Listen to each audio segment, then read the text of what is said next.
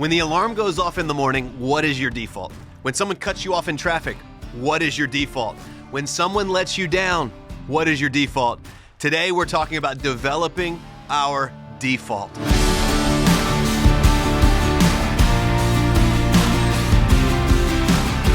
There's a story in the Bible that many of us are familiar with. If you're not, I'll give you the backstory on it. It's about a guy in the Old Testament named Daniel. Now, the short version of Daniel is that he is excelling at his role as an advisor. Daniel, we're told in Daniel chapter 6, verse 3, that he so distinguished himself among all the other administrators because of his exceptional qualities. The king had a plan to put him over the entire kingdom. So this guy has got the discipline to really excel at his role. He's also got the hand and the favor of God on him.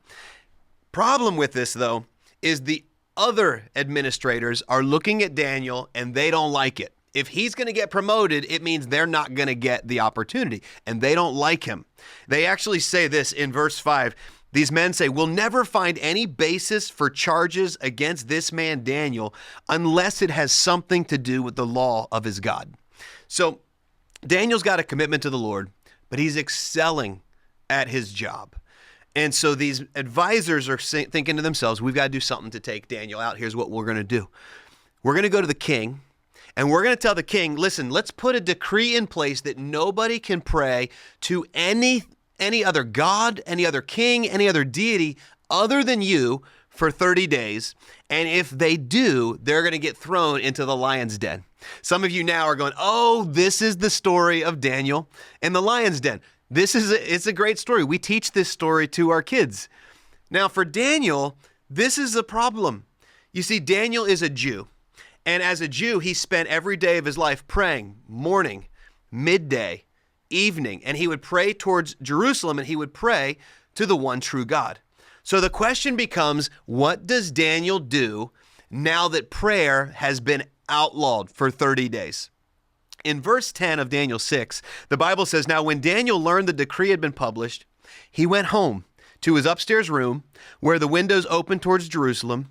3 times a day, he got down on his knees and prayed, giving thanks to God." And here's the part I don't want you to miss. "Just as he had done before." I'm going to say it one more time. Just as he had done before. Well, guess what? These men that put the decree in place, they knew Daniel would go back and do what he's always done. He had a default of prayer. And so they went and they caught him. They caught him in the act, red-handed praying, and they go back to the king and they go, "King, we caught somebody praying and he wasn't praying to you." And so the king knows who Daniel is, but the king knows he cannot repeal the edict that he just put in place. And so he ends up having Daniel thrown into the lion's den. And if you know the story, God, he shut the mouths of the lions all night. The next morning, the king comes to the den. He's like, "Daniel, are you in there? Did your God save you?" And Daniel says, "Yes, my God saved me." And he says this. He says in Daniel chapter 6, verse 21, "May the king live forever. My God sent his angels. He shut the mouths of lions. They've not hurt me because I was found innocent in his sight, nor have I ever done any wrong before you, your majesty." The king was overjoyed, gave orders to lift Daniel out of the den. And when Daniel was lifted out of the den, not a wound was found on him because he had trusted God. Now, this is where we always stop telling the story. Like when we're talking to our kids, like, "Daniel in the lion den, this is fun. We got little like stuffed lions. This is a fun story." Well, it's great because the story's not actually over. That's the PG version of the story. If you don't know the rest of the story, let me just tell you real quick. So the king is, he's angry. And you know who's more surprised than the king that Daniel survived? Those goons that had him thrown into the lion's den. Well, watch where this story goes. Verse 24. "At the king's command, the men who had falsely accused Daniel were brought in and thrown into the lion's den along with their wives and their children. Before they reached the floor of the den, the lions overpowered them and crushed their bones." Imagine telling that to your kids, be like, "All right, good night, sweetie." You know, kids are like, "I want to tell me the story of Daniel in the lion's den." It's like, and they were all ripped to shreds. Well, I just wanted to show you that because that's the part that gets left out a lot of times in the Bible. I love it when people fall into their own traps. Hey everyone, real quick. In some of the initial episodes, you may hear me refer to the podcast as the Jeff Capusta Podcast or the Jeff Capusta Leadership Podcast. After recording the first few episodes, we realized it made more sense to keep consistent with the theme of Fully Alive. and the book that I recently released called Fully Alive, which you can get in the description or the show notes. I just want to make sure you knew that you're not imagining things. It was us making a change. Well, having said that, let's get back to the episode. Well, the story of Daniel, it ends with the king, King Darius, honoring Daniel, and he issues a new decree giving glory and praise to Daniel's God. And here's why I tell you this story today, and what makes it so impressive to me, is that Daniel knew full well the punishment that was going to happen to him if he was caught praying, and yet he did it anyway. Why? Because prayer was his default. Prayer was his default. I love how verse 10 said that Daniel heard the decree. He went home to his upstairs room with the window that faces Jerusalem. He got down on his knees and he prayed and he thanked God just as he had done before. All of us have a default. What's yours? We have a default. When the alarm goes off, what do? Do you hit snooze? Do you lay in bed? Do you get up? When someone cuts you off in traffic, what's your default? Are you like, oh no, they didn't, I'll show them, and you ride their bumper and you're on them and then you get in front of them and then you go real slow? Is that your default? Or do you go, I guess they're just in a hurry. Maybe who knows what their problem is? Are you responding in anger? Or are you just like, all right, go ahead. As I've gotten older, my default has gotten slower. I'm just like, have at it, You're in a hurry, I'm not, go for it. What about this? How about when someone lets you down? Is your default to trust that they did their best, or suspicious? No, they're always like that. In an argument, is your default to become defensive, to defend your position, or to try to listen and understand? What's your default? Faith or fear? Which is your default? If you want your default to be faith, can I tell you, you have to develop it. Naturally, we all respond to life with a little bit of fear. But like we see in Daniel, strong faith is developed. It's not built overnight, it's developed over time. You know the saying, practice makes what? Some of you just said perfect, and you're wrong, because we're never getting it perfect. Practice makes permanent. It's what we practice over and over. And I'll just tell you, I played sports most of my life. Practice is not exciting, but it is essential. And if you're unwilling to put in the practice, don't expect much out of the performance. When we see people that excel at their craft, their default is they worked on it and they worked on it and they worked on it and they've gotten really good. Daniel shows us the highlight reel of his life. We see him excelling in his role. We see him being elevated. What we don't see are his ordinary days. And I'd say the same is true in our life. We open up our phones and we jump on Instagram and we look at people's feeds and we see the highlights. It's like, oh man, their life is amazing. I follow a lot of fitness people and they're, lifting crazy weights, setting PRs, and it just seems like every day they're stronger and stronger.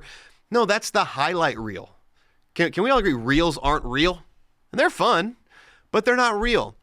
What we don't see is the everyday and the grind and the failed lift and the working on the little things, developing those detours. See, when we look at the life of Daniel, we see the highlights, but we don't see the fact that Daniel grew up being taught the ways and instructions of God. As a kid, this was a part of his upbringing. He'd studied. He'd put to memory the scriptures. He grew up celebrating feasts and festivals. He'd spent time in worship at the temple. This wasn't the first time that his faith was tested. He developed a prayer life. Prayer was not some Hail Mary at the end of the game. We all know what that's like. We show up to class and the teacher says, all right, pop quiz. And we're like, oh, dear God. Lord, if you'll help me remember, or maybe we find ourselves in a bad financial position. We're like, God, if you'll get me out of this. That wasn't the case for Daniel. Daniel prayed on the normal days. He prayed every day, 3 times a day. He didn't just wait till the end of the game when he was in crisis. He had a default of it. For him, God was not a genie in a bottle that he reached for when he needed something. He had a default of prayer. And I would say in the same way that Daniel had a default of prayer, we can develop defaults in our life. It doesn't have to be prayer, although prayer is a great one. Getting in God's word, reading is a great one, but it's also the way that we handle people and we treat people and the way we show up to work and the way we keep our cars clean and the way we take care of things. That's our default. And so for Daniel, prayer was consistent. He had a routine. I think about this. There's routine people and there's spontaneous people.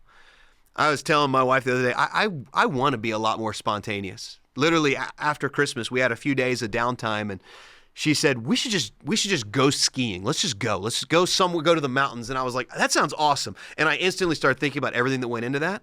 I was like, well, I don't have ski equipment. I don't have clothes. We got lift tickets. Where are we going to stay? And I realized I'm way more routine. If you followed me day in and day out, I'm boring. It's like what I do today, I'm probably going to do tomorrow. I'm going to wake up at a certain time. I'm going to get out. I'm going to get in my cold plunge on most days. I'm going to make a latte and try to get my latte art right. And I'm going to sit in a chair and I'm going to put a blanket over me because I'm cold from my plunge, and I'm going to sip my latte. I'm going to read my Bible, and I'm going to get my journal, and then I'm going to get ready and I'll eat some eggs, 2 or 3 eggs, maybe some bacon that my wife fixed for me. And then I'm going to get in the car, and then I'm going to go to work. And when I'm at work, here's what I'm going to do. It's boring and it's a routine, but let me tell you, it's a default and it's consistent, and there's nothing wrong with that. And what we learned from Daniel is that because he had a default, when crap hit the fan, he hit his knees because it's what he did. And so when you develop this default, you find that when life throws you a curveball, guess what you do? You sit back and you wait on it because that's what you learned in practice. When life, changes, you're like, wait a second, I don't need to freak out. For Daniel, he didn't freak out and let fear take over. He did what he always did. He prayed. He was resolved that he was going to honor the Lord. And because of that, he had developed a routine. And so you could say that his resolve established a routine. You could say his routine strengthened his resolve. What we know is this: for Daniel, his priorities were set and his default was set. I wonder for you and I, what are the defaults that we wish we had? Daniel's default was to seek God. For some of us, we're like, well, I so wish that I was more consistent in the word. I wish I could save more money. I wish I could lose a little bit of weight. What if you stopped wishing for it and you started working for it? Look, you can make a wish all you want. It's not going to happen. You need to develop the habit today that will become your default tomorrow. The reason Daniel had that default is because all of his life, this was a part of what he did. If Daniel didn't have the habit of prayer yesterday, he probably would have panicked on this day. And here's what I'm willing to bet. We all wish we had the faith and the resolve of Daniel. The question is, what are we doing to build it? And that's my question to you. I'd love for you to take a moment, maybe drop in on one of our social media posts or drop something in the comments here if you're watching on YouTube. And I'd love for you to just let me know what's a default that you have. What's a default you want to develop? If you go on social media, tag me as you're doing your default, whether that's reading the word or whether that's, going to the gym. Go ahead and tag me and then hashtag default. And let's just celebrate this journey together, because I'm telling you, the habits and the defaults that you develop today will strengthen you for tomorrow. Just like Daniel, your resolve will establish your routine. So develop your defaults.